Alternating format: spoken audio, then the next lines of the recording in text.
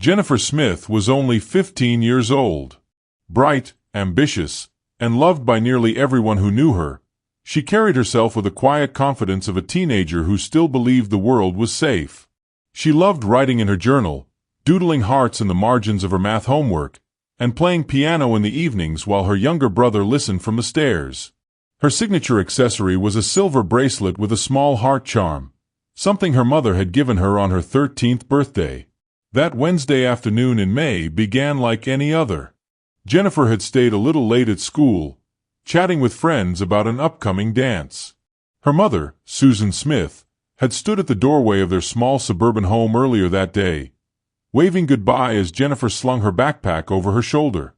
Susan could never have known that this casual moment, so ordinary and forgettable at the time, would later replay in her memory like a haunting film reel, the last time she would ever see her daughter alive.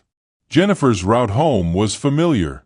She usually walked past the Golden Gate Bridge overlook, a spot where tourists gathered to take pictures, and locals sometimes sat to breathe in the ocean air. Witnesses would later recall seeing her there, standing briefly by the rail, her hair caught in the wind, her silver bracelet glinting faintly in the late afternoon sun. After that, no one could agree on exactly what happened. By evening, when Jennifer hadn't returned home, her mother's concern grew into panic. Dinner sat untouched on the table as phone calls went unanswered. Friends hadn't seen her since she left school. And then, the discovery. Around 9:30 that night, a park ranger reported a backpack left abandoned on a bench near the bridge overlook. Inside were Jennifer's notebooks, her favorite pen, and a small pack of gum. Everything was there. Everything except Jennifer herself. The family rushed to the scene. Susan collapsed when she saw the backpack, clutching it against her chest as though holding onto the last piece of her daughter. The bracelet with the heart charm, the one Jennifer never took off, was missing. To some, it was a meaningless detail. To others, it was the first sign that something darker had unfolded. The day after Jennifer Smith vanished, San Francisco was a city gripped by panic. The Golden Gate Bridge, usually a symbol of resilience and freedom, now stood as a silent witness to something sinister. For Jennifer's family, time had already lost meaning. Hours blurred into frantic phone calls, desperate questions, and sleepless pacing across the living room floor. Her backpack had been found, abandoned on a bench by the overlook, but Jennifer herself had evaporated into the fog. By dawn, the search had begun in earnest. Police cruisers lined the coastal roads. Volunteers carried flashlights and heavy hearts as they spread out along the trails. Helicopters chopped the sky above, their spotlights combing through patches of fog that rolled in from the Pacific. The bay waters churned below, dark and indifferent. On land, search dogs darted through brush, noses pressed to the earth, tugging handlers toward faint traces of a girl who seemed to have slipped into another world. Jennifer's family joined the crowds at the Presidio, their faces etched with sleeplessness and disbelief. Her mother, Susan, clutched a photograph of her daughter, Jennifer's wide smile frozen in time, showing it to anyone who would look. Her father, Thomas, moved with mechanical determination, speaking with officers, shaking hands with strangers, asking questions that yielded no real answers. For them, the search wasn't just an operation, it was a battle against despair. Then came the first real break. Midday, as searchers pushed deeper into the trails near the Presidio, someone stumbled upon a single white sneaker resting in the dirt, only a few yards from the trailhead. The shoe was scuffed, as if it had been pulled off in haste. Inside, a faint trace of mud suggested it hadn't been there long. When Susan saw it, her knees buckled. It was Jennifer's shoe, one she had laced up the very morning she disappeared. The discovery shifted everything. Theories of voluntary disappearance began to collapse under the weight of evidence. A runaway might leave a note or pack belongings, but she wouldn't leave her shoe behind, wouldn't abandon her backpack so carelessly. To the family, it was a chilling confirmation that Jennifer hadn't simply vanished. Something, or someone, had taken her. Witnesses began to emerge, each detail adding another layer of mystery. A woman who walked her dog near the overlook recalled a car idling by the curb that afternoon, its engine running, its windows darkened. Another said she had seen a man sitting behind the wheel, watching the path with unsettling focus. No one caught the license plate. No one could agree on the make of the car. But the presence of that vehicle lingered in everyone's mind like a shadow. As hours stretched into days, rumors spread like wildfire. Some whispered that Jennifer had chosen to run away, perhaps overwhelmed by teenage pressures or longing for freedom. Others spoke in hushed tones of the bridge itself, that maybe she had jumped, carried away by despair too heavy to bear. These rumors were cruel knives for her family, who clung to the belief that Jennifer would never willingly abandon them. She had been planning to attend the spring dance, she had been laughing with friends, she had been dreaming of a summer road trip. Her journal pages brimmed with life. Still, the city buzzed with speculation, each theory more chilling than the last. Coffee shops echoed with strangers dissecting her last known steps. News anchors filled evening broadcasts with speculation. And all the while, Susan and Thomas sat in their dimly lit living room, Jennifer's untouched piano gathering dust, her absence louder than any rumor. Then came the most disturbing lead yet. On the fourth day, a jogger came forward. He had been running along the cliffs near the Marin headlands the evening Jennifer disappeared, a place of crumbling concrete bunkers and forgotten military tunnels, relics of another time. As the fog thickened, he swore he had seen a girl matching Jennifer's description. Slim frame, long hair, the glint of a silver bracelet on her wrist, slipping into the mouth of an abandoned tunnel. The man had assumed at the time that it was a teenager exploring, maybe sneaking away from her parents for some adventure. But when he saw Jennifer's photograph plastered on every newspaper stand and taped to street poles, his stomach dropped. It was her, he insisted. He was certain of it. Police swarmed the Marin headlands that same day. The tunnel he described was long abandoned, a decaying corridor of dripping walls and graffiti, used more often by thrill-seekers than anyone with innocent intentions. Officers entered with flashlights, their beams slicing through the suffocating darkness. Every sound echoed, every drop of water, every crunch of gravel beneath boots. But when they emerged on the other side, there was nothing.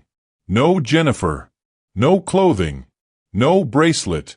The tunnel gave up no secrets. The revelation struck the community like thunder. If the jogger was right, then Jennifer hadn't simply vanished at the overlook. She had been alive, moving, perhaps even forced, into the heart of a place no child should be. The tunnel became a symbol of fear, a place where whispers of abduction grew louder. For her family, the lead was agonizing. Hope flared briefly. If she had entered the tunnel, perhaps she had survived past that first evening. But hope was quickly devoured by despair when no evidence was found. It was as though Jennifer had stepped inside and dissolved into the shadows. Night fell again over San Francisco, and the searchlights dimmed one by one. Volunteers trudged home, exhausted. Police made promises to follow every lead. But for Susan and Thomas, the silence of their home was deafening. The piano sat untouched, Jennifer's room perfectly preserved, her bed neatly made. The silver bracelet with the heart charm, her constant companion, was still missing. And outside, rumors continued to grow. Some said she had been seen boarding a ferry. Others swore she had been spotted on the highway. A few whispered about men who prowled the headlands at night, preying on the vulnerable. But no theory could answer the single question that hung over the city. If Jennifer truly entered that tunnel, why had she never come out? Time is cruel when it comes to grief. The days after Jennifer Smith's disappearance blurred into weeks, then months.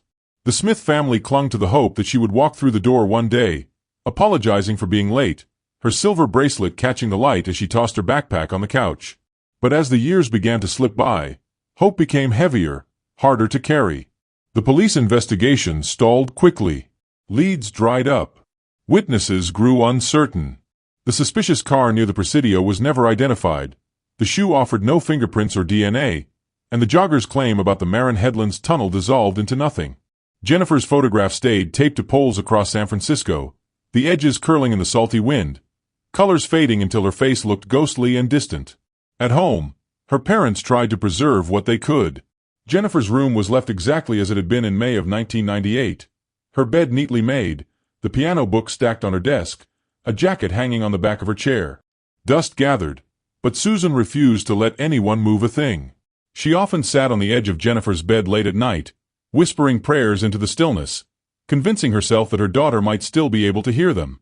Every year on Jennifer's birthday, the family and their neighbors gathered at the Golden Gate Bridge for a candlelight vigil.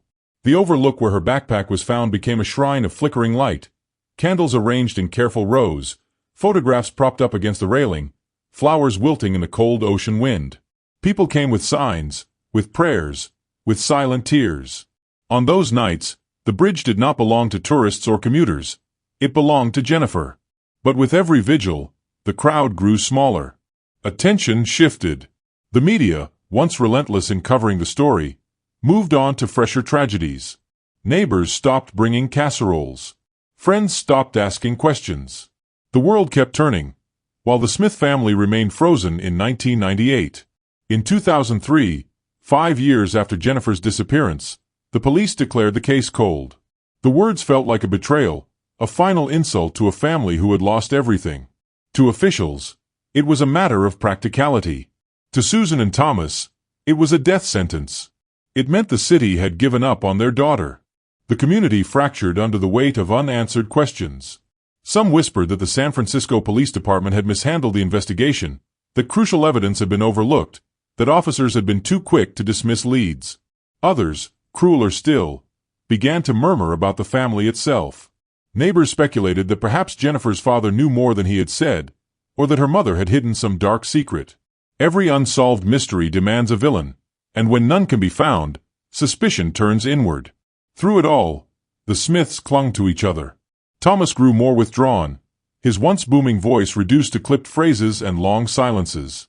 Susan poured her grief into advocacy, speaking at schools about safety, begging city officials not to forget her daughter. Their marriage strained under the weight, yet neither could bear to leave the other, bound together by tragedy, even as it pulled them apart. Years melted away.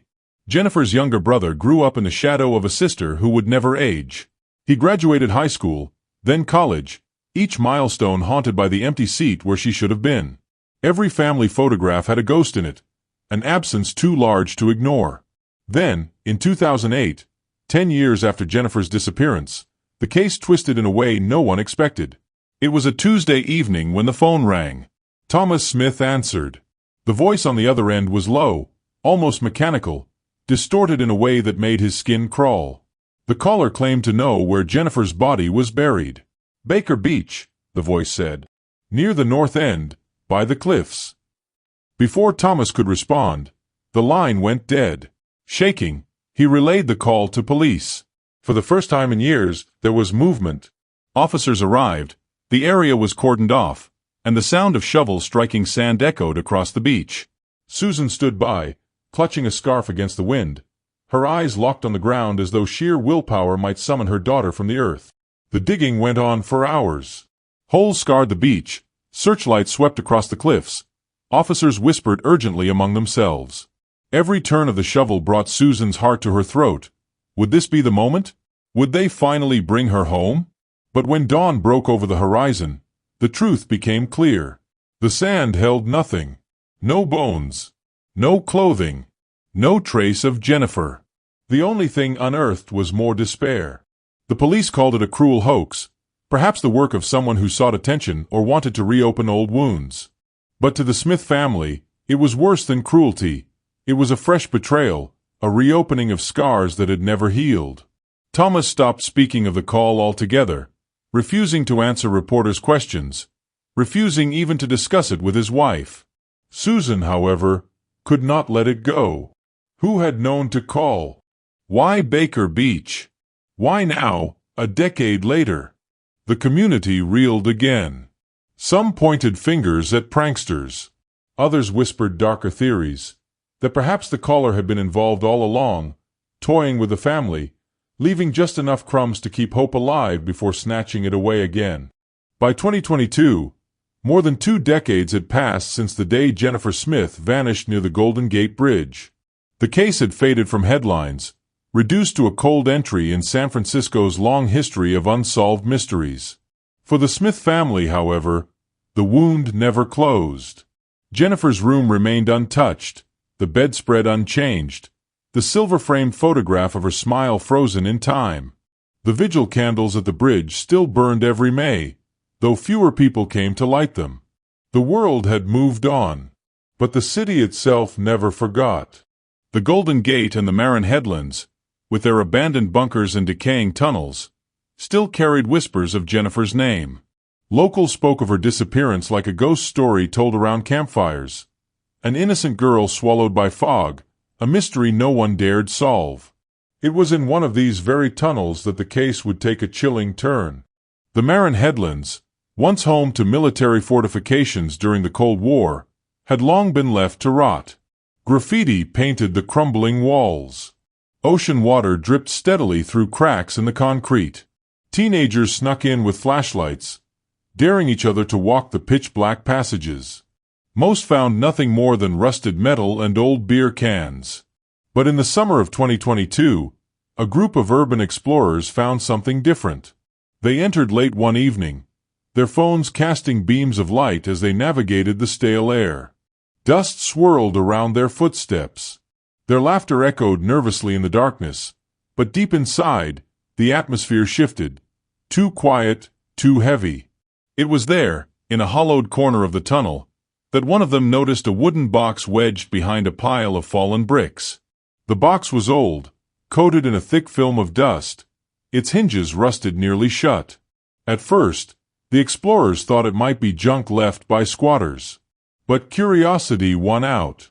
They pried it open, coughing as dust plumed into the air. Inside was something that made them stop cold. A silver bracelet. Not just any bracelet, the kind every San Franciscan who knew the Jennifer Smith case would recognize instantly. A thin chain with a heart-shaped charm, dulled now by time but still intact. The explorers filmed their discovery, voices shaking as they whispered about what it meant. By the next morning, the footage had gone viral. Within hours, Jennifer's family was contacted. The bracelet was turned over to police. When Susan Smith saw it, her hands trembled uncontrollably. She pressed the charm to her lips, weeping, because she knew. It was the very same bracelet she had given Jennifer on her 13th birthday, the one Jennifer had never taken off, the one that was missing when her backpack was found. For the first time in over 20 years, there was a tangible piece of her daughter. Proof that she had been inside that tunnel. Proof that the jogger's claim in 1998 had been true. But the discovery was not finished. Beneath the bracelet, folded and yellowed with age, was a photograph. It was faded, the edges fraying, the image blurred. But the figure in the picture was unmistakable. Jennifer Smith. Her face was the same, her silver bracelet visible on her wrist. But what froze everyone's blood was not that she was in the picture. It was the timing. The clothing she wore was not from the day she disappeared. Her hair was longer. Her eyes, wide and hollow, looked different. This was a photograph taken after May of 1998. For Jennifer's family, the revelation was shattering. For years they had lived with two possibilities: that Jennifer was gone forever, or that she was still out there waiting to be found. The photograph introduced a third, darker possibility: that she had been alive for some time after the day she vanished. Alive, somewhere in the shadows, unseen and unheard. Investigators scrambled to authenticate the image. Experts analyzed the film, the paper, the degradation. It was consistent with photographs developed in the late 1990s or early 2000s. The clothing Jennifer wore matched none of what she had owned at the time of her disappearance.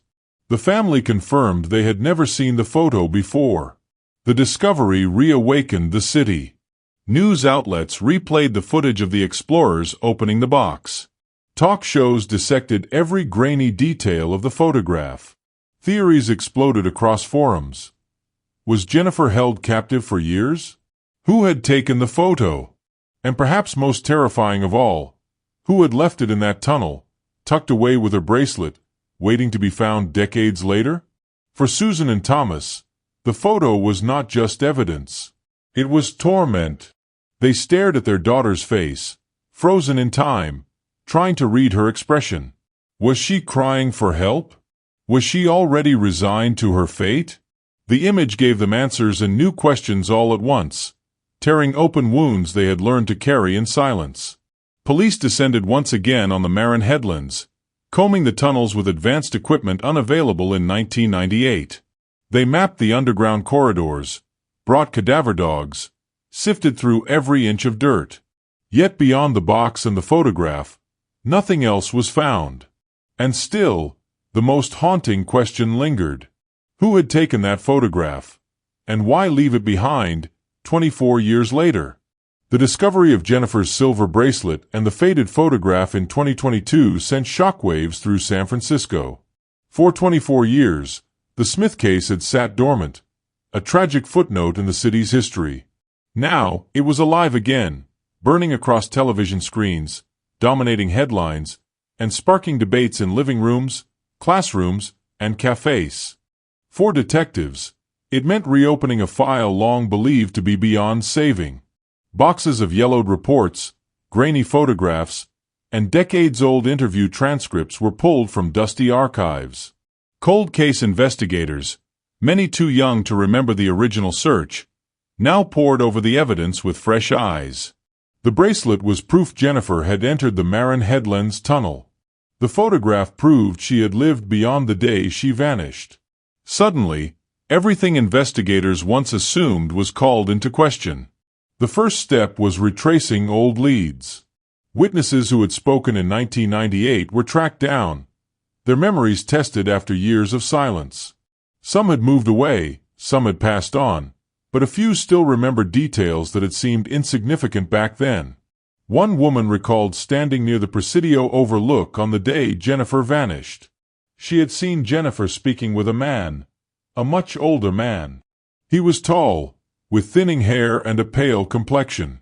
She remembered thinking it odd that a 15-year-old girl would be standing so close to someone who looked nearly twice her age. At the time, she dismissed it as coincidence. But now, looking at Jennifer's photograph unearthed in 2022, she swore it confirmed her memory. Another witness described a similar sighting weeks before the disappearance. Jennifer had been waiting at a bus stop, and a man fitting the same description sat beside her, leaning in too close, speaking in a way that made the observer uncomfortable. Nothing illegal had been happening, but in hindsight, it carried the weight of menace. The accounts reopened old suspicions. Had Jennifer been groomed or manipulated by someone older? Had she trusted the wrong person, someone who led her away that day? Then, just as investigators were piecing together the puzzle, San Francisco was shaken by an act of violence that would change the case forever. Late one autumn night, a gang attempted to rob a jewelry store in the Mission District. Armed with rifles and wearing masks, they stormed the building with terrifying precision. When police arrived, chaos erupted. Shots were fired. 2 officers were killed instantly, 3 others wounded. The streets turned into a battlefield as sirens wailed and bullets shattered glass. The city erupted in panic. Roadblocks sealed the area, and after a harrowing chase, the gang was captured. Their leader, a man known only as Reyes, was hauled into custody. Hardened, cold-eyed, he was no stranger to crime. On paper, Reyes was simply the head of a ruthless robbery crew. But as interrogations began, his story took a darker turn. For days, Reyes refused to speak. Detectives pressed him, but he met their questions with silence and smirks. It was only after long, grueling sessions, whispers of enhanced methods employed behind closed doors, that he finally cracked. His confession sent chills through the precinct. The interrogation room was suffocating. The air was thick with smoke, the clock ticked endlessly, and across the table sat Reyes, the gang leader whose name had already become synonymous with blood and fear in San Francisco. Reyes described his past with chilling detachment. Years earlier, before forming this robbery gang, I had belonged to another crew operating in San Francisco. Unlike this current operation, our focus was to kidnap and demand ransom. His confession to kidnappings decades earlier had rattled detectives, but now they pressed harder. How many kidnappings had he carried out in this city? How many lives had been broken because of him? Reyes leaned back in his chair, his cuffed hands tapping against the steel table. "Too many," he muttered, his voice low and flat. "I couldn't count them if I tried. Girls, sometimes boys. Rich ones, poor ones. Whoever we could take and get paid for." The detectives exchanged a glance. The room seemed colder now. But then Reyes's demeanor shifted. His eyes narrowed, and his smirk slipped away. He leaned forward, his voice cracking, not with remorse, but with calculation. "You want to know the worst one?" he asked. "The darkest thing we ever did? Then listen close. But if I give you this, you give me something back. A deal. You let me walk. That's the price." The lead detective's jaw tightened, nodding positive to his deal proposal. Reyes licked his lips, savoring the moment. That girl, Jennifer Smith, 15. Bracelet on her wrist. She didn't just disappear. We took her. The words struck like thunder. The room went still. For decades, Jennifer's disappearance had been an open wound, a mystery haunting the city. Now Reyes was claiming ownership of it, dragging her name into his twisted legacy. Detectives demanded details. Reyes's voice grew steadier, as if he had rehearsed this confession in his mind for years. He spoke of watching her walk home, waiting near the overlook, snatching her as dusk fell. He described the tunnels, the hiding places, the fear in her voice. But then, his story took a turn darker than anyone expected. He claimed Jennifer had not been a random victim. She had been chosen. "Her father," Reyes said, fixing his eyes on the detectives. "Thomas Smith. He paid us to take her." The officers froze, disbelief painted on their faces. The words sounded impossible, obscene. Thomas Smith, the grieving father who had kept his daughter's room untouched, who had stood at candlelight vigils year after year, begging for answers. Could he have orchestrated her abduction? Reyes pressed on, his voice cold, his tone deliberate. He alleged that Thomas Smith had hired his former gang to stage a kidnapping. But according to Reyes, things went horribly wrong. "She panicked," he said flatly. "She fought, screamed. One of the guys held her too tight. She stopped breathing. It wasn't supposed to happen. She wasn't supposed to die." Reyes leaned back, his chains rattling as he exhaled. "We buried her. Quick. No one ever found her. Your city searched the bridge, the tunnels, the beach. They never looked in the right place." The detectives stared at him in stunned silence. His story cut against everything they thought they knew. For decades, Jennifer's disappearance had been a story of innocence destroyed by faceless evil. Now Reyes was painting a portrait of betrayal from within her own family. But was it the truth, or the manipulative ramblings of a desperate man seeking to save himself? The Smith family was summoned to the station. When Thomas heard about the accusations from an armed robber, his face drained of color. He slammed the table, denying everything. "He's lying," he shouted. "I loved my daughter. I would never." His voice broke, collapsing into sobs. Susan, silent and hollow-eyed, could only clutch her chest as though her heart were splitting open. The media descended like vultures. Headlines splashed Reyes's words across front pages. Gang leader claims connection to 1998 disappearance. Talk shows debated endlessly. Was this a genuine breakthrough, or a twisted attempt by a criminal to manipulate the system? The city erupted in chaos. News outlets ran the story within hours. Gang leader claims father paid for daughter's kidnapping. Neighbors whispered in shock. Was Thomas Smith the grieving father he appeared to be, or the mastermind behind his daughter's disappearance? Reyes, chained in his cell, smirked when pressed for specifics. He gave no exact location of Jennifer's burial. No names of the accomplices who had handled her. Only shadows. Only just enough detail to make his story impossible to ignore. For Susan, the nightmare deepened. She had lost her daughter to mystery. Now she risked losing her husband to suspicion. The house where Jennifer's laughter once echoed was now filled with silence, broken only by the sound of Susan's sobs at night. Detectives faced a tormenting choice. To believe Reyes meant accusing a grieving father of an unthinkable betrayal. To dismiss him meant risking the truth being buried forever. And all the while, the city of San Francisco buzzed with fear and fury. If Reyes was telling the truth, Jennifer's disappearance had not been the random tragedy it seemed. It had been a deal gone wrong, a father's sin paid for in his daughter's life.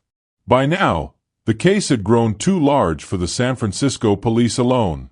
With Reyes's chilling accusations and mounting evidence of a decades-long conspiracy, the FBI was brought in. The investigation, once considered a cold case, was now one of the most sensational reopenings in history. At dawn, unmarked vans rolled into the quiet suburban street where the Smith family still lived. Jennifer's old home, kept frozen in time for more than 2 decades, would now become the epicenter of a storm. When federal agents stormed the door, Susan Smith was in her kitchen making coffee. The sudden thunder of boots and the command, "FBI, don't move," sent the mug crashing to the floor. She stood frozen, her hands trembling, as armed men swarmed the house. Her husband, Thomas Smith, emerged from the hallway in shock, his hair unkempt, his face pale. "What's happening? What is this?" he demanded. But before he could react further, agents had him pinned against the wall, his wrists bound tightly with cuffs. Susan's voice broke into a scream. "What are you doing? That's my husband. He's Jennifer's father. What could he possibly—" Her words dissolved into tears as she watched Thomas drag toward the door. Neighbors peeked through curtains as Thomas was escorted into a waiting vehicle. To them, he had been a picture of loss and dignity for years, a man who never stopped lighting candles for his daughter, never stopped speaking her name. Now, in the space of minutes, he was branded as a suspect in her disappearance. At FBI headquarters, Thomas initially kept to his formal confession that he knew nothing of Jennifer's disappearance beyond the pain of losing her. He accused Reyes of lying, of fabricating the story to bargain for freedom. His voice was loud, his words sharp, an echo of a man fighting for his life. But when the agents brought Reyes into the room, shackled and smirking, Thomas faltered.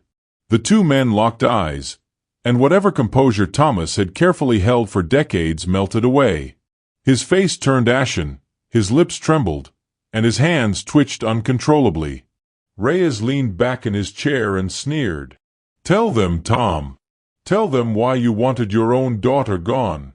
Silence fell, so thick it felt alive. Thomas stared at the table, unable to lift his gaze. And then, in a voice barely above a whisper, he began to speak. "Yes," he said. "I paid them." The room went still. Agents froze. Pens halted over notepads. Even Reyes tilted his head, savoring the moment. Thomas's words poured out in fragments, each one heavier than the last.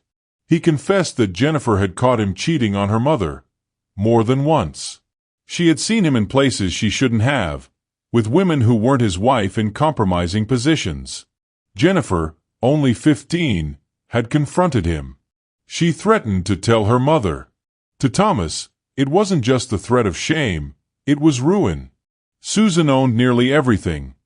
The house, the investments, the fortune inherited from her family. If she divorced him, Thomas would lose it all. He would be left with nothing. A wretched man, stripped of wealth, influence, and pride. "She wasn't supposed to die," Thomas muttered, his voice cracking. "I only told them to keep her hidden. To scare her. To make sure she stayed quiet until I could figure things out. I didn't mean for—" He stopped, his face collapsing into his hands. Reyes, unflinching, finished the thought for him. "You didn't mean for her to stop breathing. But she did. And you paid for it. The confession shattered everything Susan believed about her husband. She was brought into the room moments later, still weeping from the shock of his arrest. When she heard his words played back, she collapsed into a chair, gasping as though the air itself had betrayed her. You killed her," she whispered, staring at the man she had shared a life with. "Not with your hands, but with your greed, with your lies. Our daughter is dead because of you." Thomas tried to reach for her, his cuffs clinking, but she recoiled as if his touch were poison. The FBI released a statement that evening. The headline swept across the nation. Father confesses to orchestrating daughter's kidnapping in 1998. The public was stunned. For years, Thomas Smith had been the grieving father, the symbol of perseverance in the face of tragedy. Now he was revealed to be the architect of his daughter's nightmare. The case had become more than the story of one girl's disappearance. It was a story of betrayal within a family, of secrets that rotted from the inside out. And yet, even with the confession, a haunting question remained. Where was Jennifer's body? Reyes's claim of a burial beneath a safe house still dangled over the case like a sinister shadow.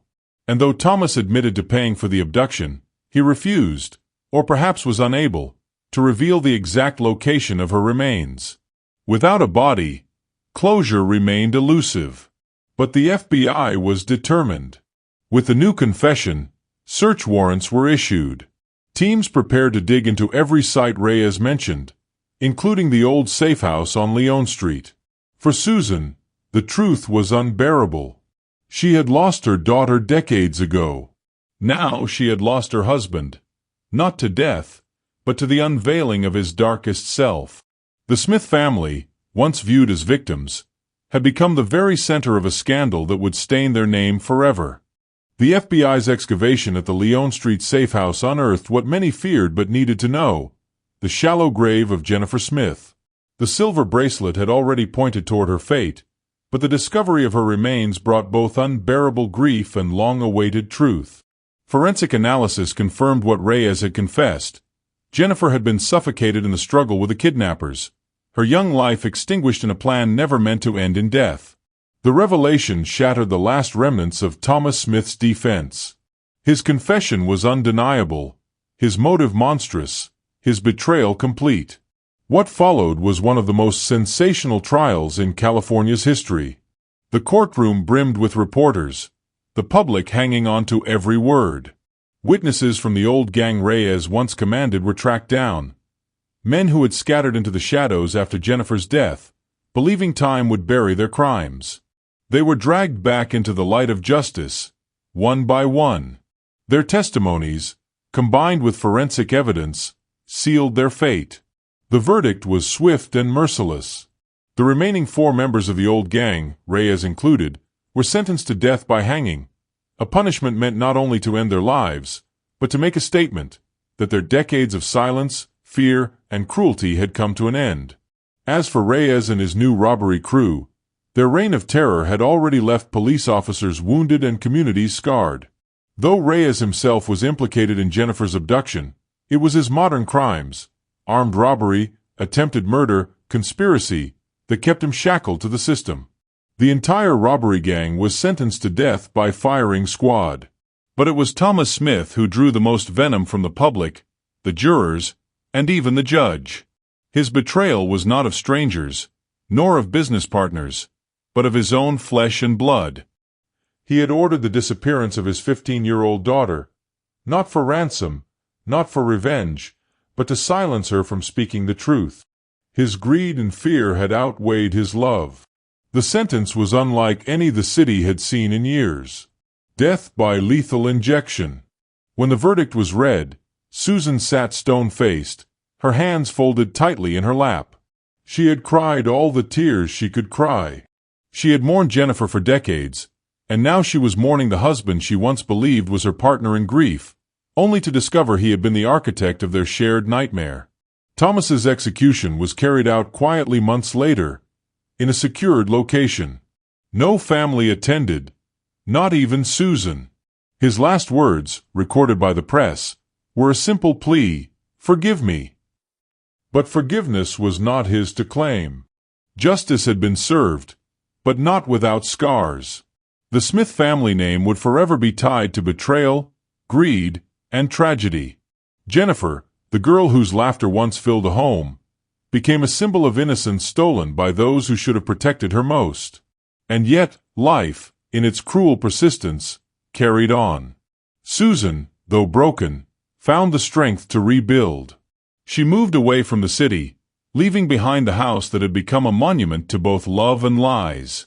With her remaining child, her son, who had grown up in the long shadow of his sister's disappearance, she sought to give him a life untainted by the sins of his father. Each year, on Jennifer's birthday, Susan and her son would visit the Golden Gate Bridge. They lit a candle, whispered her name into the wind, and let the flame flicker against the San Francisco skyline. It was not closure. They knew closure would never truly come, but it was remembrance. A promise that Jennifer Smith would never be forgotten.